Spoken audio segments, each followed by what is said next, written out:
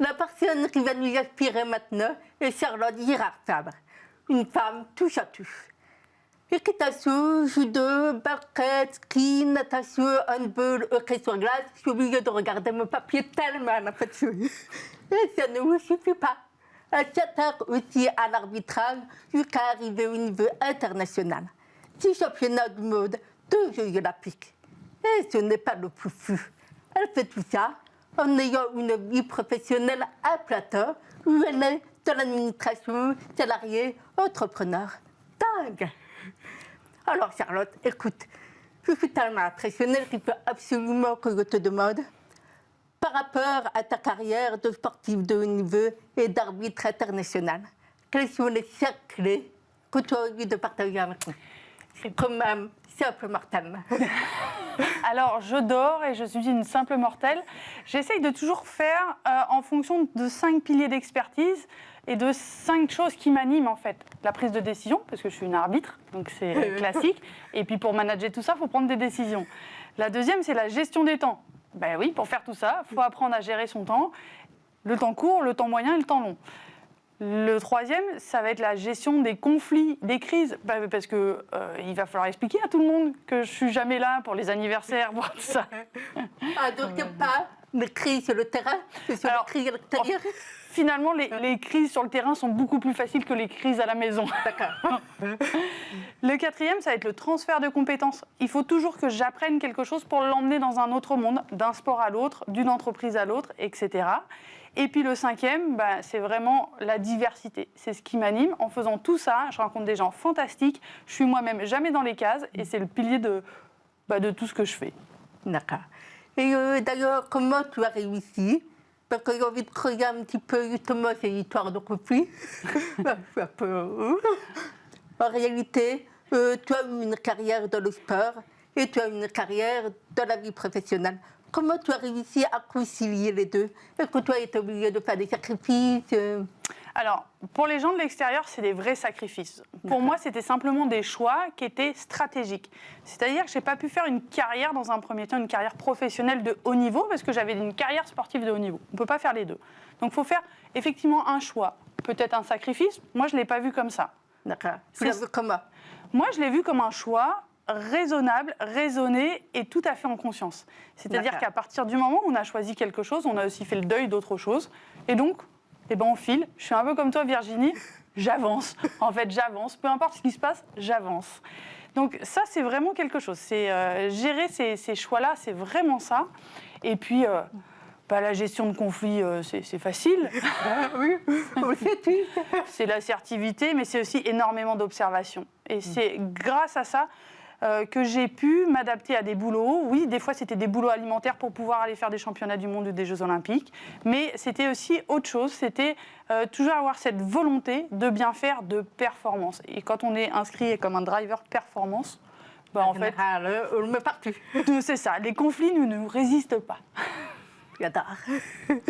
Et sur un sujet un petit peu plus délicat, tu as dénoncé des faits de harcèlement moral et même de harcèlement sexuel.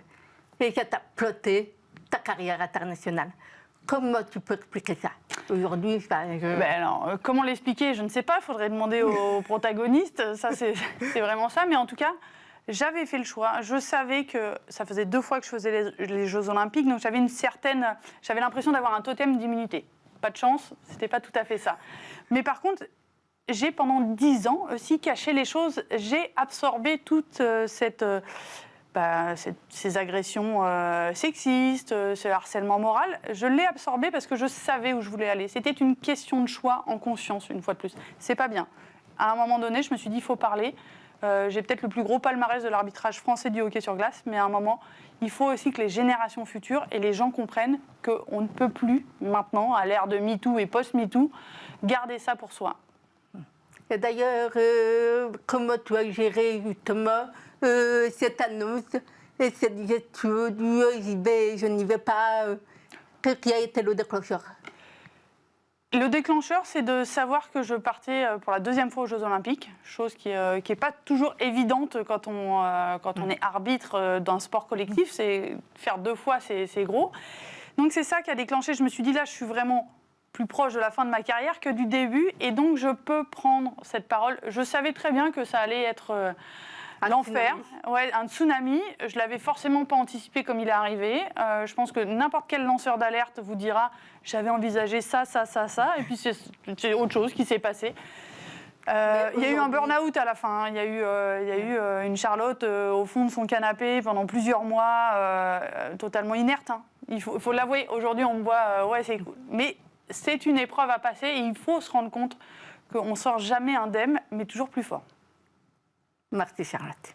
Et je te remercie d'ailleurs pour toutes ces femmes pour qui tu as parlé.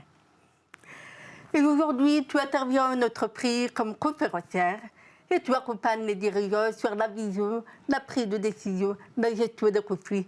Qu'est-ce que tu aurais envie de nous partager à propos de ça? J'aurais envie de partager l'exemplarité que notre société devrait mettre un peu plus en avant. En fait, l'humilité et l'exemplarité sont souvent les deux caractères communs d'un bon arbitre. Et je trouve que, alors nos dirigeants, il y en a plein qui sont fantastiques, il y en a plein qui vont bien, mais quand on écoute, et vous pouvez faire le test aussi autour de vous, on a toujours l'impression que notre dirigeant, il manque d'exemplarité. Mais dites-vous que on est toujours manager et managé dans la vie. Et l'exemplarité, c'est dur, c'est un vrai chemin de croix. Et je pense que la leçon de vie à tirer de ça, c'est comment je peux être exemplaire pour les générations futures. Et c'est ça qui devrait nous driver tous les jours dans tout ce qu'on fait. Toi, ça veut dire qu'il faut avoir une vision. Il faut avoir une vision. Pour être exemplaire, il faut être aussi inspiré. Et pour être inspiré, il faut être inspirant, inspiré. Tu sais, c'est toujours le serpent qui se mord la queue. Donc oui, il faut avoir une vision à court terme. Il faut survivre à la journée d'aujourd'hui et à la semaine. Mais il faut vraiment avoir une vision à long terme parce que, en fait, on est peu de choses dans notre structure, dans notre organisation, dans notre société, même sur Terre, on est peu de choses. Et donc, il faut vraiment laisser quelque chose de beau pour les générations futures. Et l'exemplarité et l'humilité devant tout ça, je pense que c'est les maîtres mots. En tout cas pour moi. Merci. Et que tu as résolu l'énigme de comment se réinventer quand on a touché plusieurs fois le sommeil?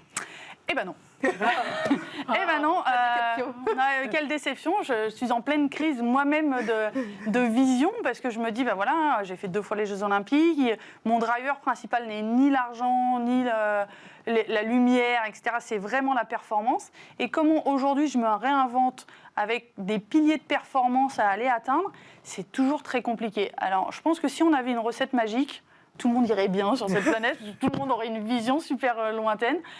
Voilà, même aux gens qu'on dit inspirants, toi comme moi on est, paraît-il, inspirante, il y a des gens qui l'ont dit. Mais des fois, nous-mêmes, on manque d'inspiration et je pense que la première authenticité, c'est de dire, bah là, je suis en manque d'inspiration, mon prochain sommet, je ne l'ai pas encore découvert. Quand je l'aurai découvert, vous le saurez. J'espère bien et tu reviendras que le plateau pour nous le présenter. Absolument.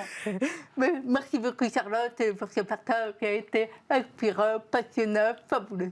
Merci Virginie. Avec plaisir. Et vous, merci beaucoup de nous avoir écoutés et à la prochaine avec grand plaisir.